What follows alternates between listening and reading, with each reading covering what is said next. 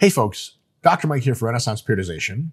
And today's video, I'm going to weigh in on a bit of a fitness controversy that's kind of happening in the social media space.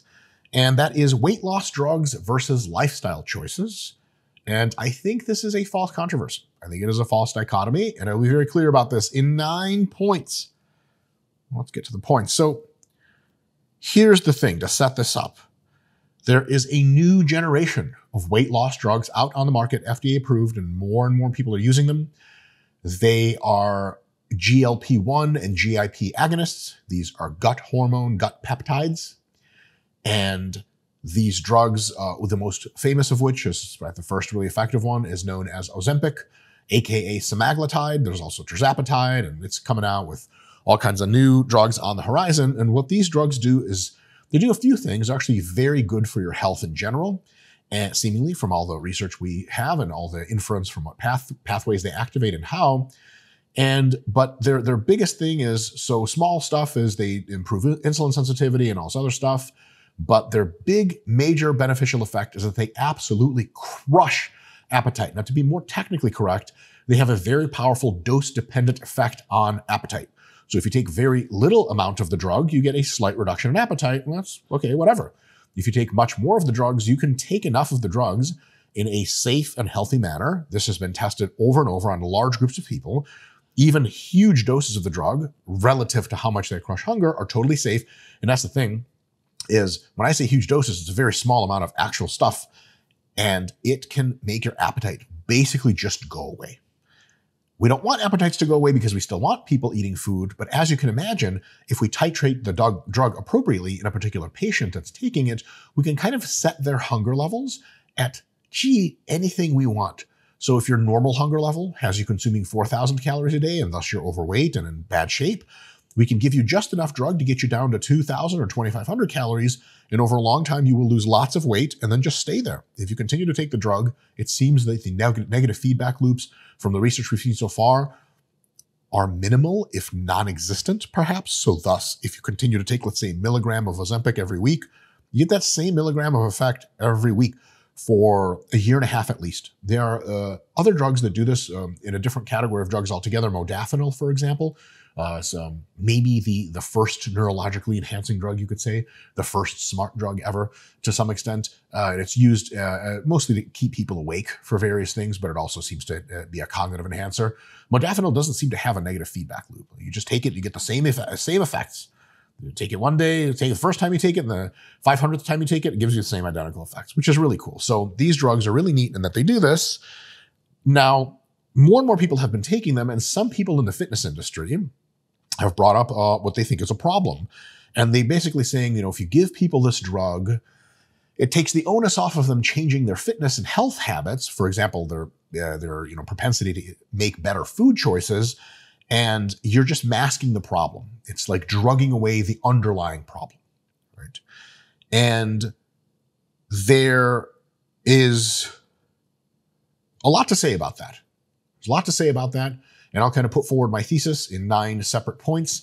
And please let me know in the comments what you guys think. And if you find the points contentious, please let me know on what inferential or evidentiary grounds you find them contentious. And we'll get to chatting in the comments about who's marginally more correct or incorrect. All right, so here we go. So point number 1, it is absolutely true, I do agree, that the drugs do not get you directly to eat healthier. They definitely get you to eat less. But eating healthy is still something people should try to do, and something we should in the fitness industry advocate for our clients and our followers and et cetera to do as well.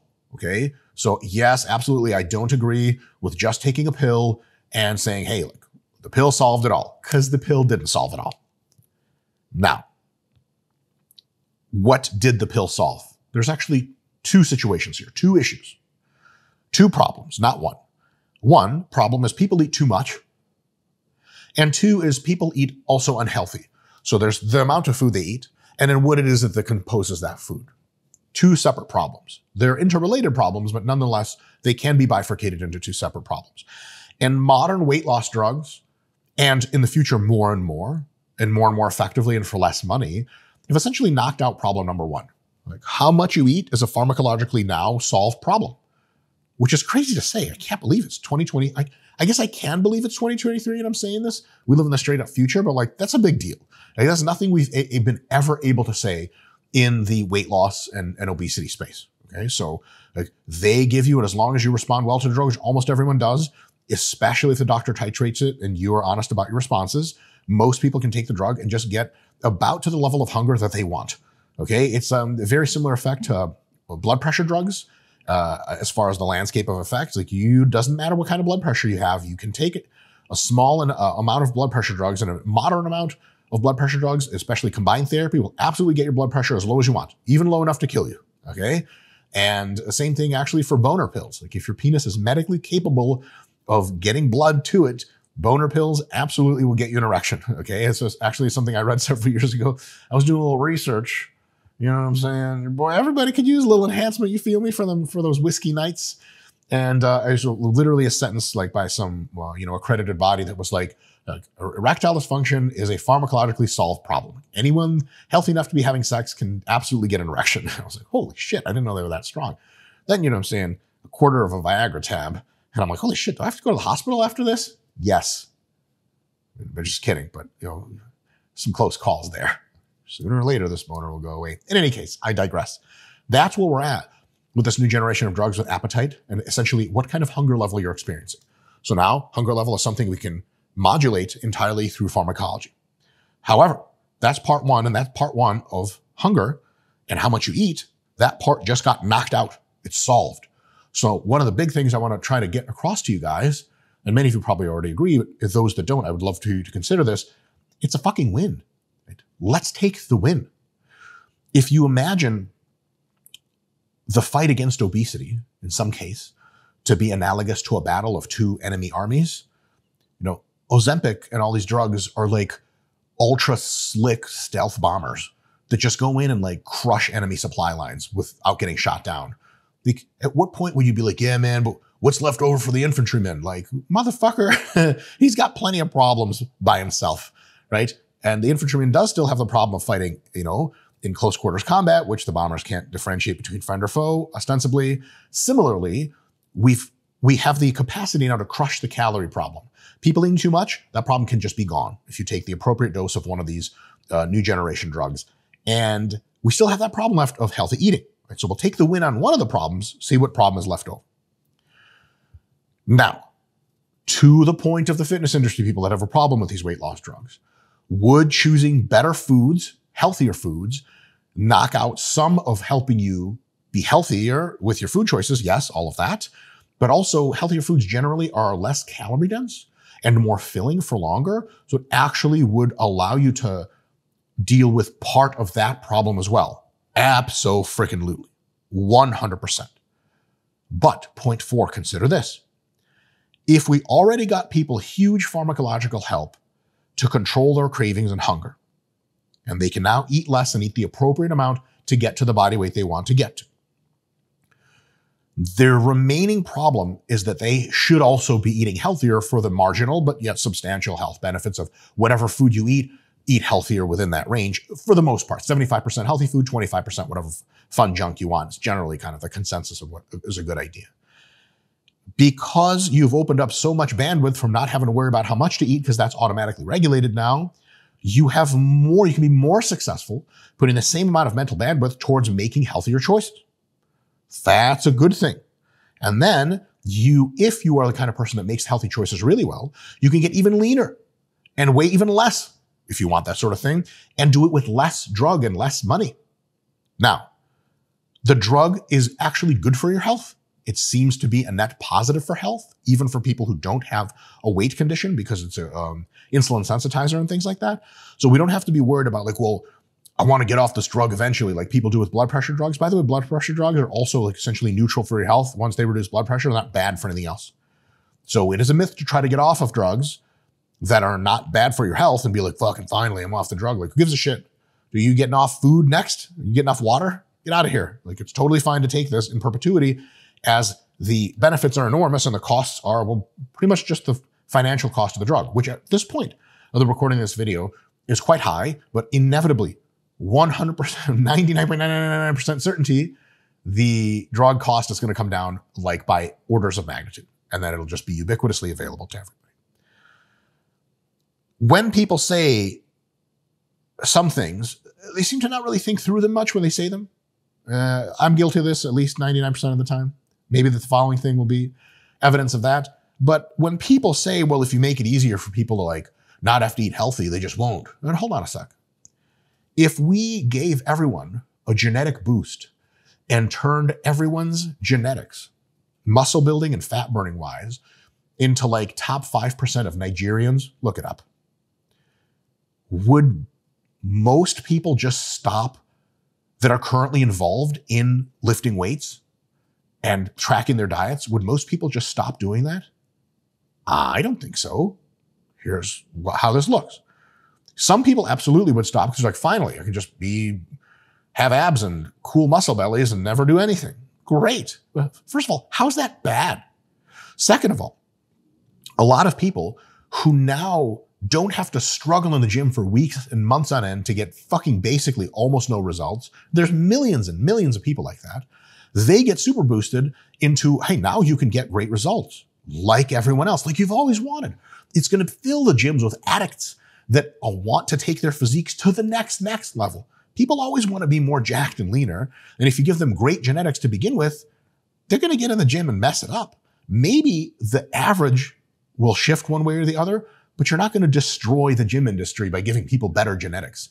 You know, did anabolic steroids reduce the number of people that went to the gym? Because they're like, fuck it, I'll just take steroids. Or did it increase it? Give that some thought for a second. So I don't think it's very likely to be true that if you empower people to get rid of this problem of how much they eat, that they will have any less incentive to become healthier. Because right now, that hunger and cravings is so burdensome. They can't handle the problem, right?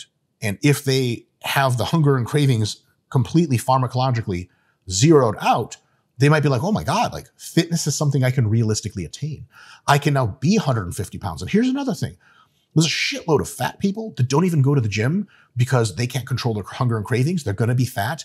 They're so out of the range of realistically thinking they ever look like they could be 150 pounds instead of 250. They don't even bother.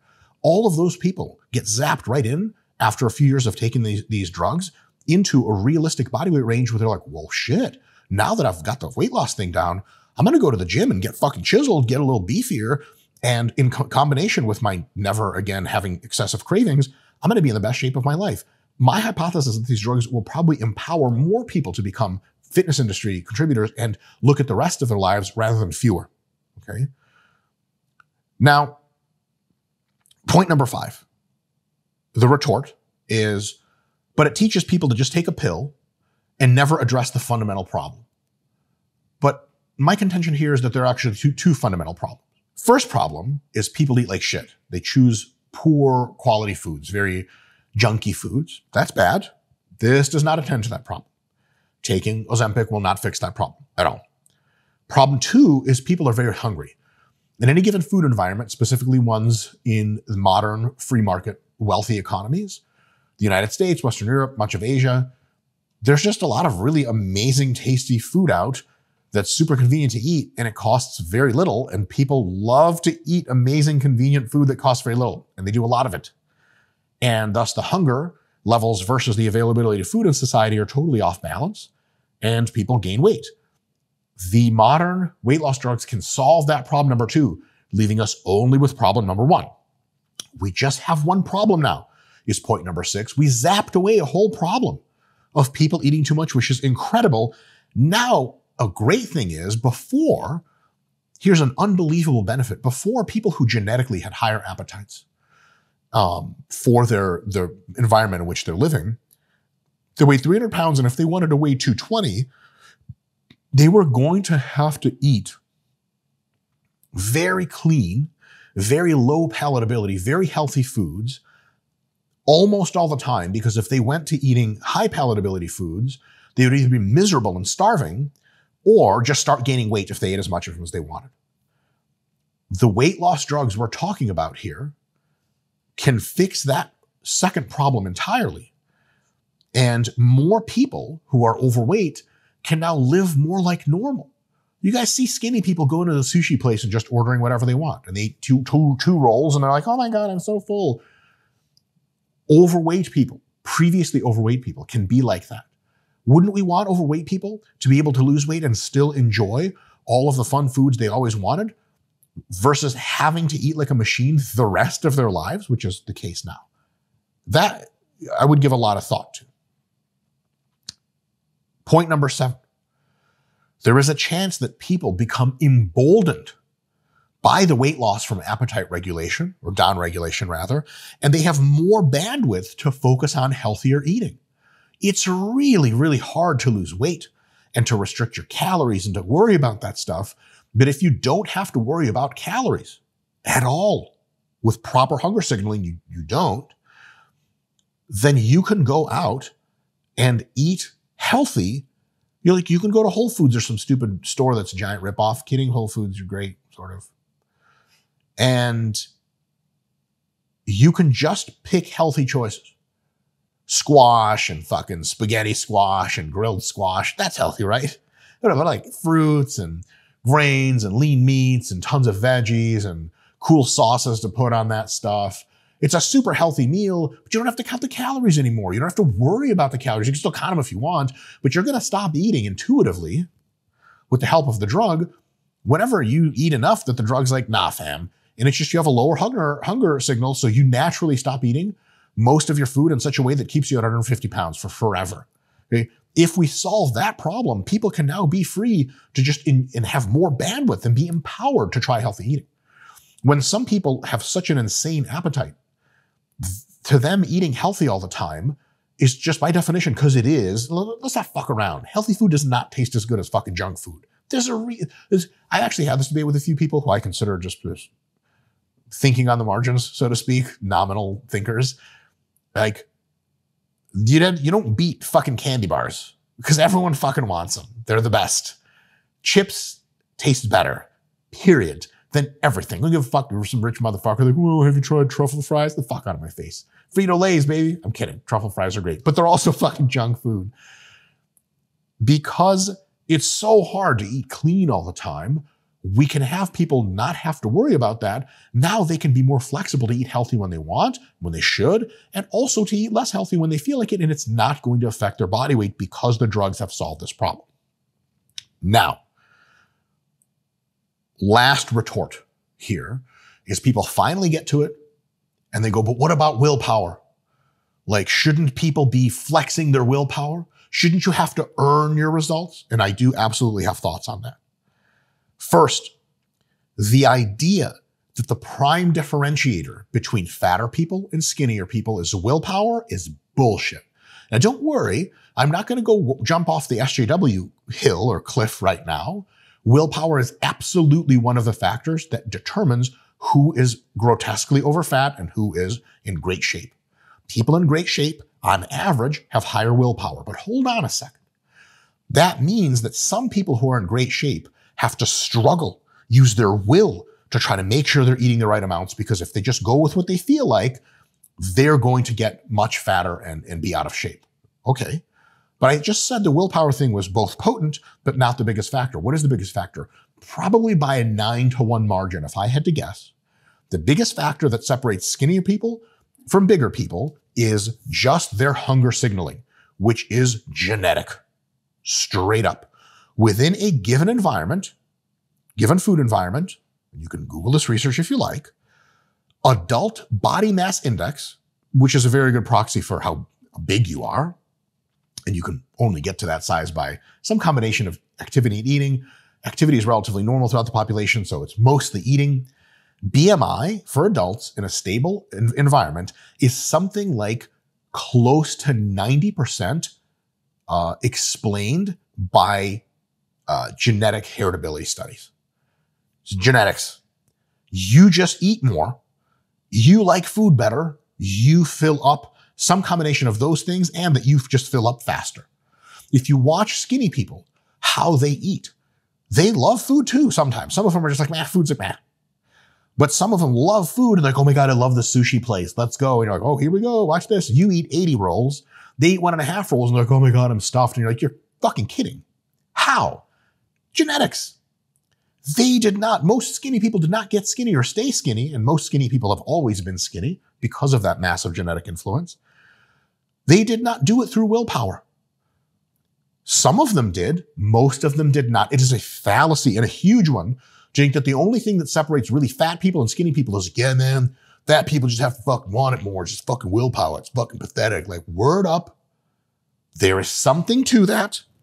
The rest of the thing to that is straight up genetics. You just inherited that shit. So, if we take those people that did not get the lucky card genetically, and through a cheap, once weekly administered pharmacology that makes their health otherwise better as well, essentially make their expressed phenotype, genetics plus whatever else is going on, to be roughly the same as that of a skinny person's, to get their hunger signaling to be basically the same, to get their amount of food that requires them to get full roughly the same, to get their cravings roughly the same, then all of those fatter people who had all the same willpower as the skinnies, but just got overwhelmed by this tidal wave of hunger, now they can flex that willpower and get even leaner if they want, or take less drug and get the same amount of lean. But it gets better. Watch this. Watch how. Those people that don't have to use their willpower anymore on appetite issues, you guys have dieted before. It takes a shitload of effort to diet. It saps away effort from the rest of your life. Instead of having to use their willpower and bandwidth on eating less, those people can use it on eating healthier. Or how about this? Even better. They can use it to become better people for their kids to look up to. They can become better at their jobs. They can pick up an extra thing of trash and put in the garbage to keep our beautiful society even cleaner. They just can do other better stuff with it versus needlessly pissing it away on resisting food intake, because the drug now does that for you. And here's the really big deal. You may think, understandably, that that's a problem. Because, well, what if everything was a fucking drug? Like, everyone takes drugs for various things for society, and then we all get fucking soft. Bullshit, and here's why. Obesity and the hunger that leads to it is a problem. If we take that problem and pharmacologically remove it from our problem space in the universe, it's just not a problem, it's solved. Are we lacking problems to solve? Has any one of you ever lost a relative to cancer? Why isn't cancer cured yet? Are there enough people working on the cancer problem? What if we had robots taking care of all of our physical duties, like taking out the trash, etc.? Would that be a problem for us because we no longer have the willpower to take out the trash? Or could we spend more time doing shit like, drumroll, curing fucking cancer or anything else? So as we automate in pharmacology and genetic engineering and nanotech and insane AI-powered computing, we have this problem space of all of our problems in the world. As they solve them and put them into the solve problem pile, there is no shortage of leftover problems. And if you think this all the way through, as all of our technological advances filter through and solve, first of all, there's just less problems. I kind of want to live in that world, don't you? And second of all, if we actually run out of problems to solve, we live in literal paradise. I don't want to spit in the face of insanely net positive solutions like drugs that reduce the appetite problem all the way. There is absolutely something to keeping whoever in society wants, at least, at the edge of that blade. Adversity is fucking good for you. I'm all with Nietzsche or whoever the fuck said that shit. Now Jordan Peterson, I guess. I'm not interested in a fucking SJW world where everyone's a fucking pussy and nobody ever has adversity and they're like, oh my God, man, my feelings. 100%. I feel you guys on that. There is no fucking shortage of adversity. And if you motherfuckers feel like you have too few problems because you take enough drugs and all your problems are gone, oh, I don't have to worry about what I eat anymore and I'm super healthy and I'm live till 100, go solve other problems. Go to the inner city and help clean the streets. Do whatever. Take care of your kids better. There's always more problems. And again, if you're really worried that we'll run out of problems eventually, tell yourself that in your head one more time. Your concern, I don't even mock anybody, I'm just getting passionate, is that we're going to run out of problems? Oh my fucking God. Can you imagine? At least you just have no problems. That means you have a genie, essentially, that grants you every wish you could have. Pray to fucking God that we get there eventually. And if this Ozempic and that class of drugs is one tiny step of the way there, I'm 100% in, right? Here's the thing. Point number 9, to that effect. It is probably a good idea to work to make everything easier or completely solved. Then we can go solve the next thing and the next thing and the next thing. Yes, because you have a car, that means you don't know how to stable and train and take care of a horse. But instead, you could have a job that trains large language models to solve every other fucking problem we have. It's a matter of perspective, and it's a matter of understanding that just because you get rid of one challenge doesn't mean that you are now soft pussy who's never going to get challenged and is going to wither away and just spend more time in mom's basement. Well, you could always do that, but you could have always done that. We've had a standard of living since the 1950s in the United States where pretty much everyone could get their food and basic medical care and a place to live on minimum work per week.